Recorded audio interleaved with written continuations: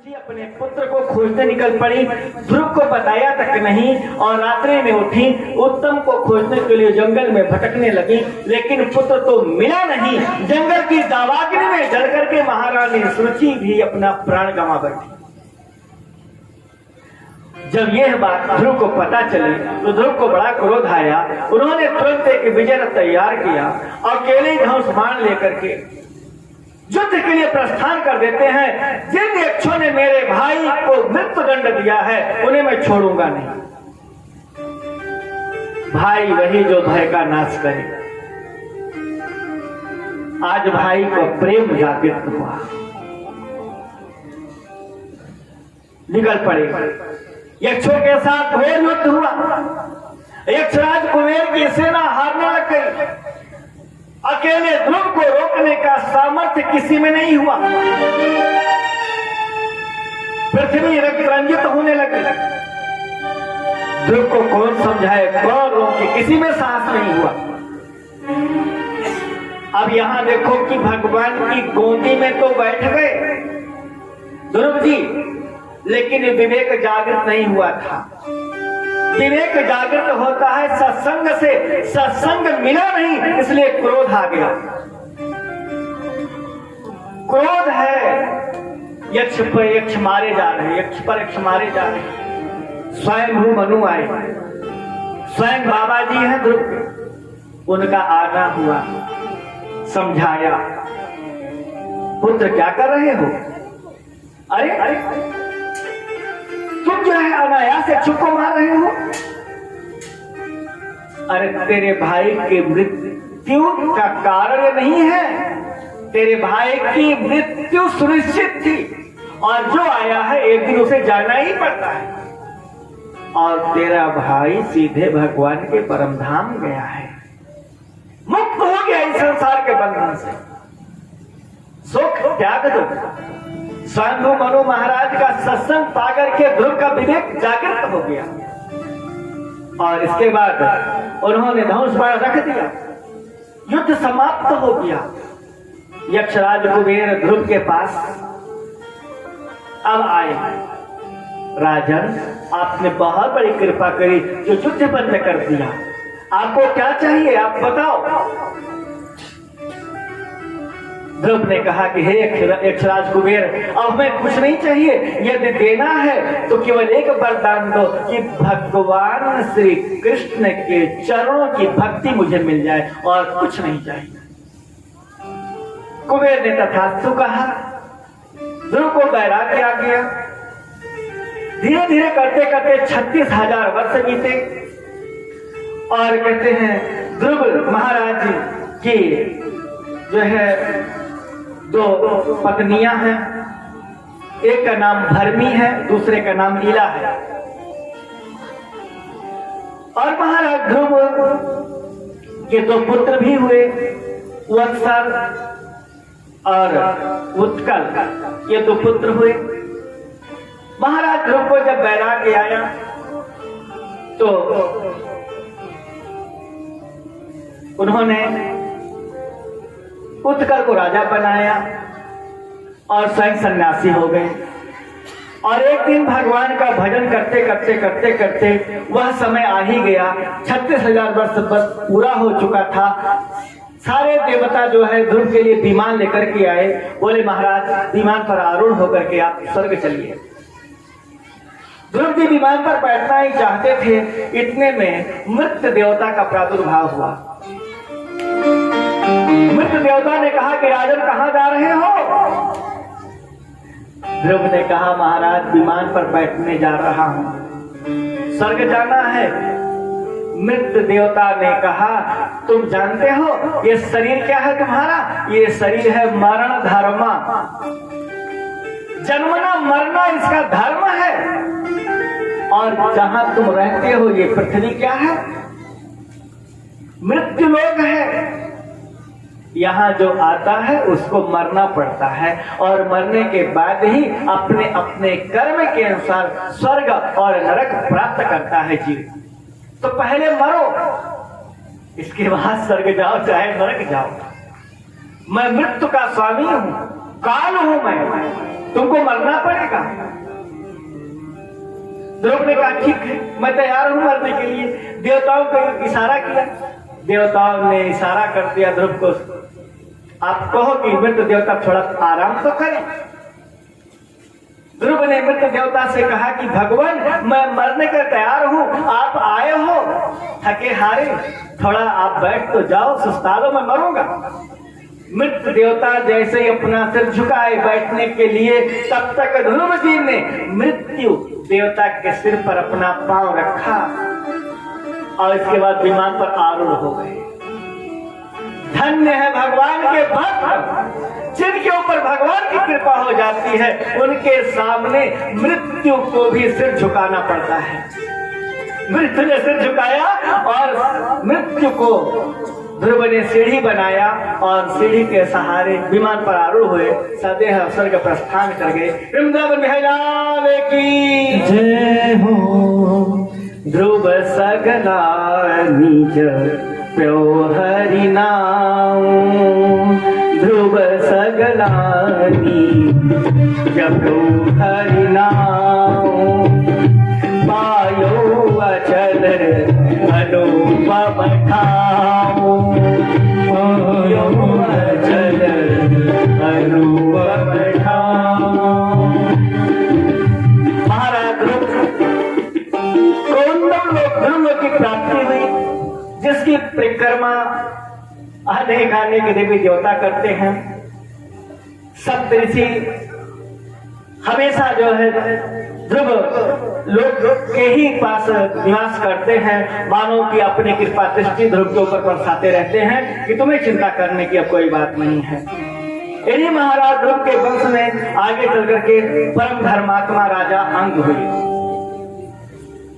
महाराज अंग बड़े बड़े प्रजापालक राजा हैं, नीतिज्ञ हैं, प्रजा का ध्यान रखते हैं, लेकिन महाराज अंग ने एक भूल कर दिया।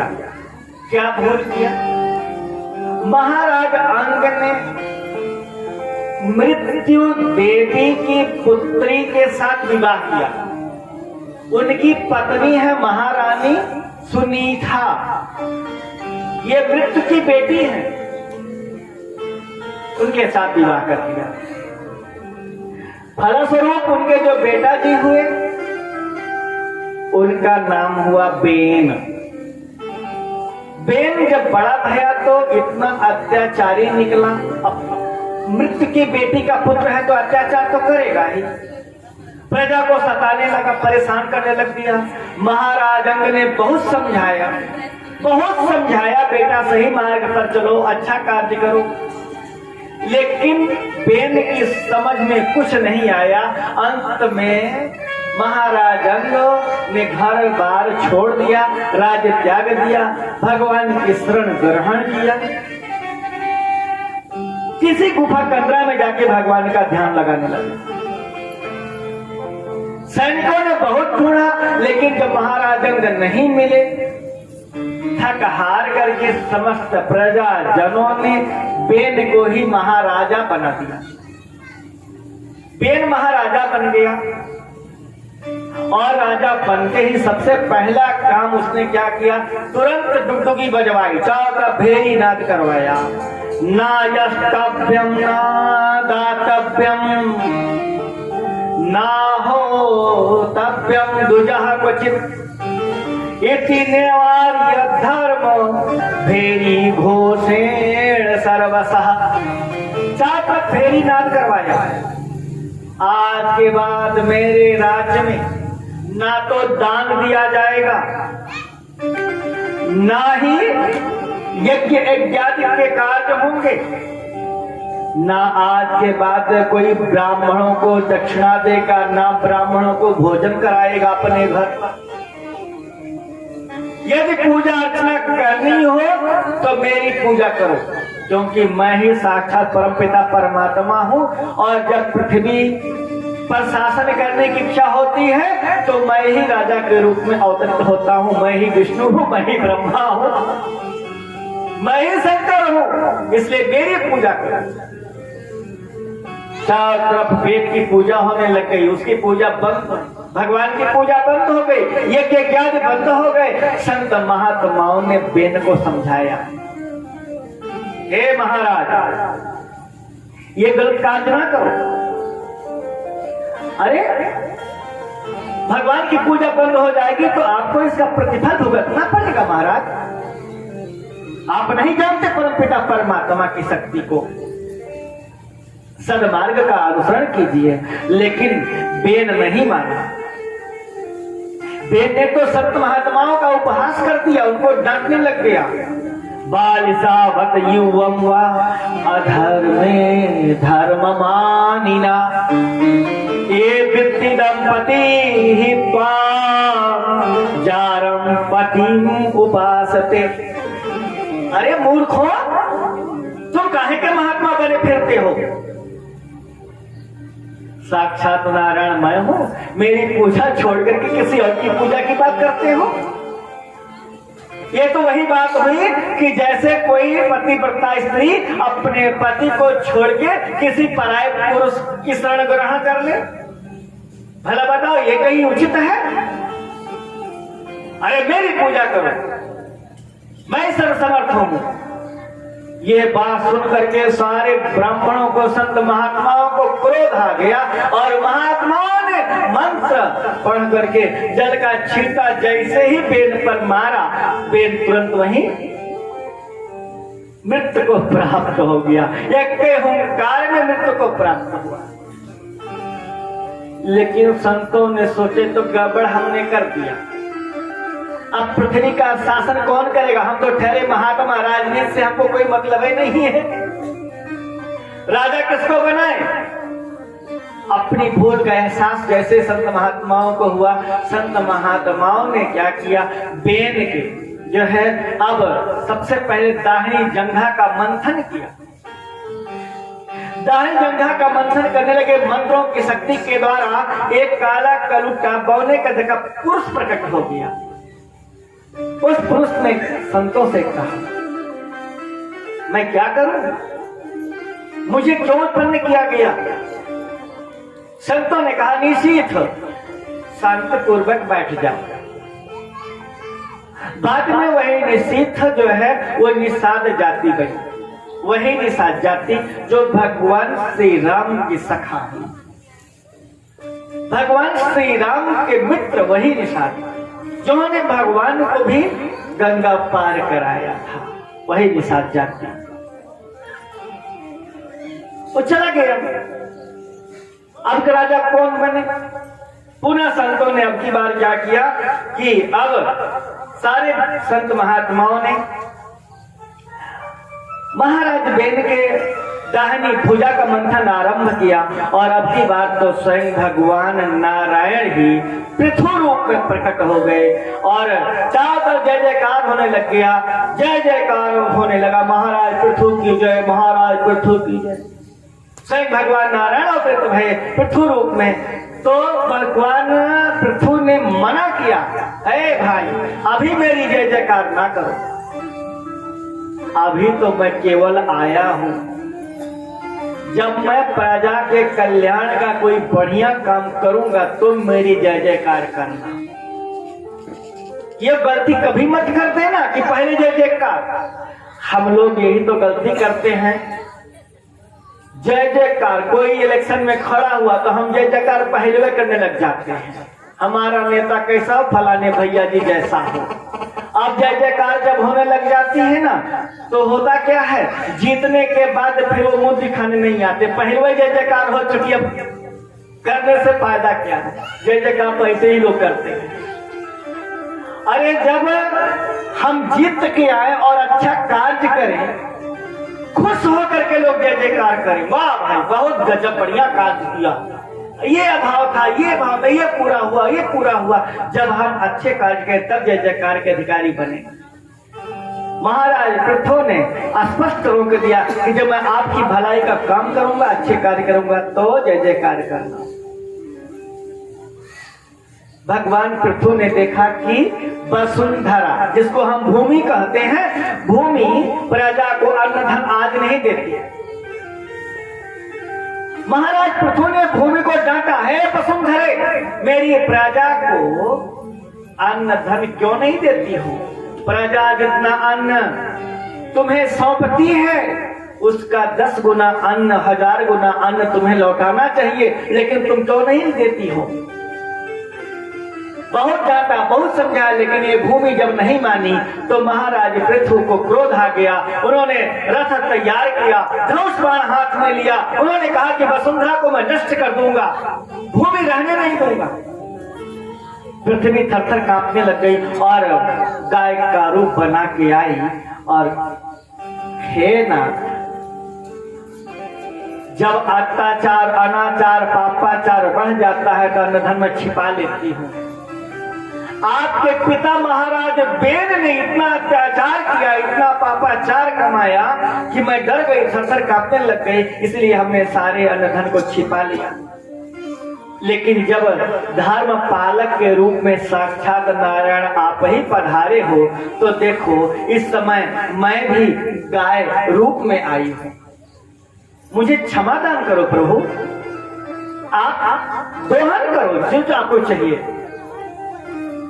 महाराज पृथु के आदेश से सारे देवताओं ने गौ रूपी वसुंधरा से, भूमि से अमृत का दोहन किया, ऋषियों मुनियों ने दूध का दोहन किया, हम जैसे गृहस्थों ने अन्न धन का दोहन किया, सर्पों ने विष का दोहन किया, वसुंधरा ने सबको सब कुछ दिया, जिसकी जो विलासा थी वो सब कुछ वसुंधरा ने प्राप्त किया।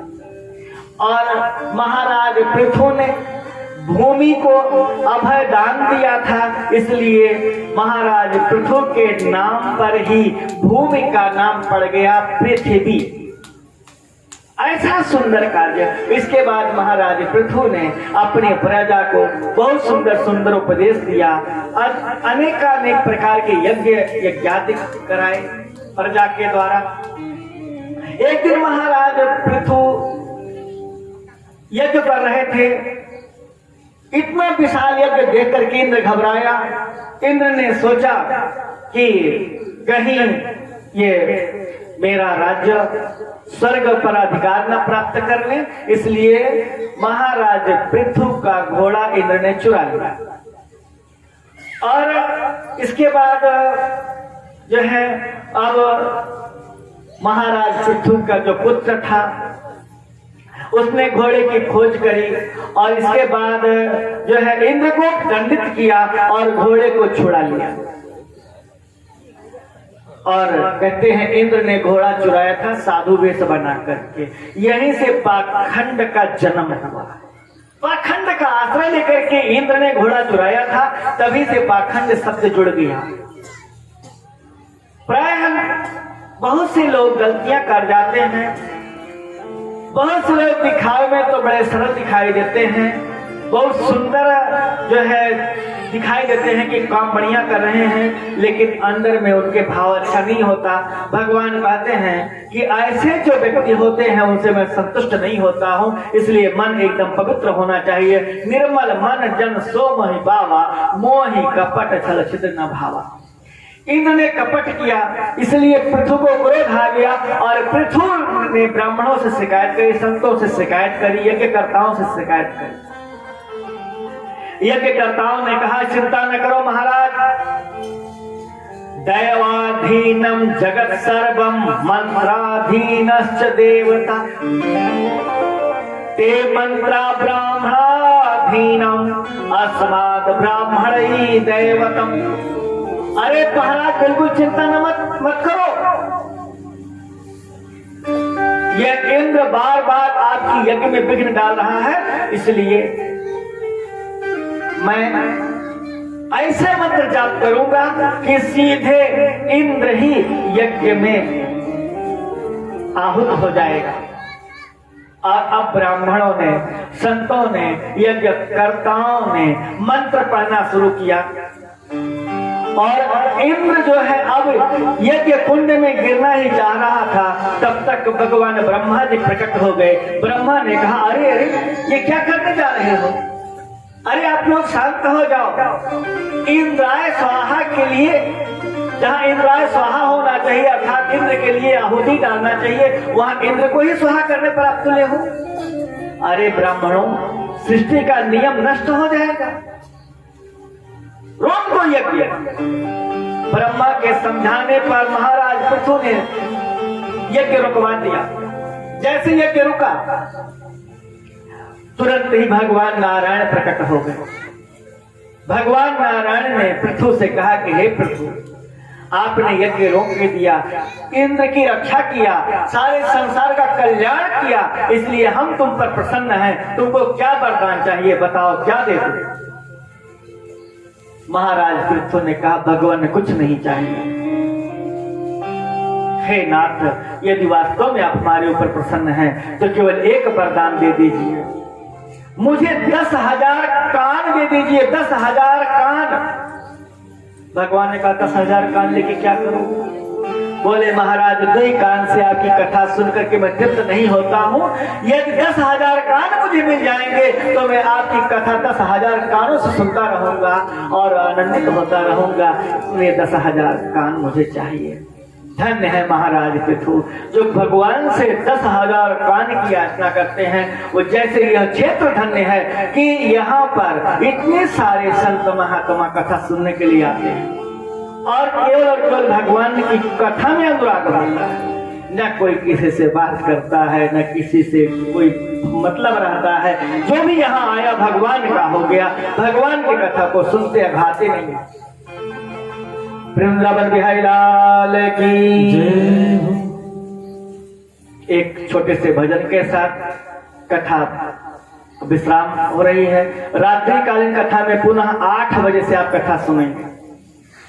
8 बजे से आगे कथा सुनेंगे और कल पुनः 2 बजे से जो कथा होगी उसमें बहुत सुंदर सुंदर कथा होगी।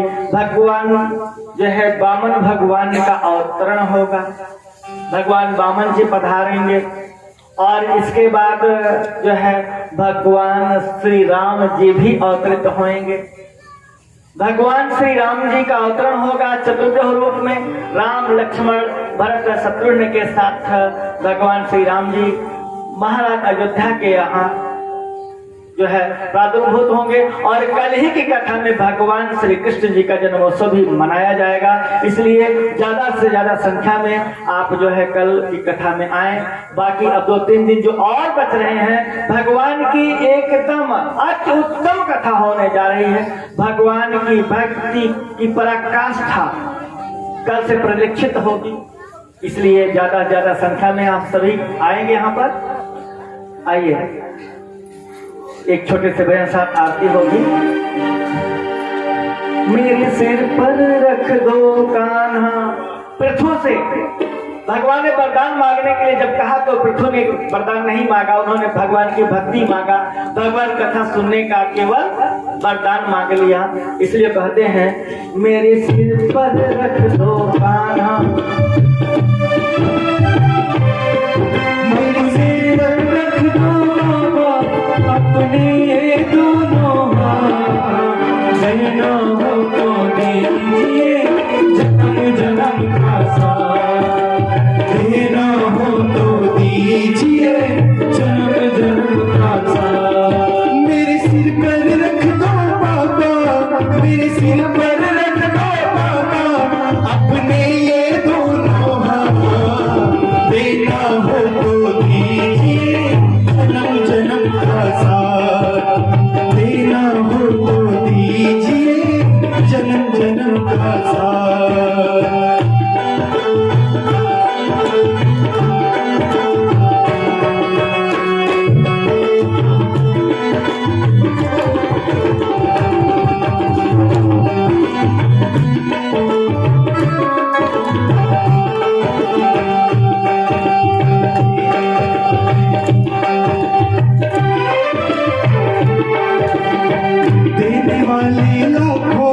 मुझे धन और दौलत चाहिए, देने वाले श्याम प्रभु से धन और दौलत न मांगे, श्याम प्रभु से मांगे तो फिर नाम इज्जत क्या मांगे।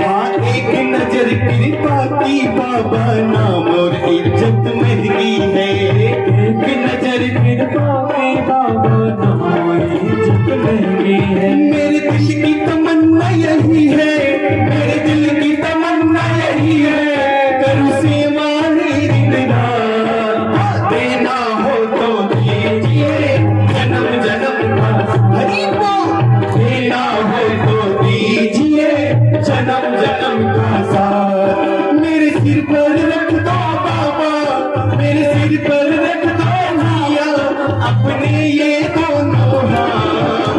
देना हो तो दीजिए जन्म जन्म का साथ, देना हो तो दीजिए जन्म जन्म का साथ।